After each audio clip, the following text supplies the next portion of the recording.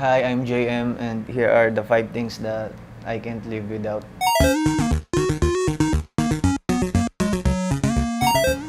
So first one, siyempre perfume. Hindi tayo sponsored. Ganun. Kasi ito yung pinakang pinagkukunan ko ng confidence paglalabas. And ano bang tawag dito? Hair wax. Diba yun? Hair wax. Kasi pangit yung strand ng buhok ko, kailangan ko laging may wax. At libro. Kapag walang cellphone, libro. Mga fans ni James Patterson dyan. Cotton buds. Para araw-araw malinis yung tenga, nakakaya pag madumi. Ito, lip balm. Yan lang.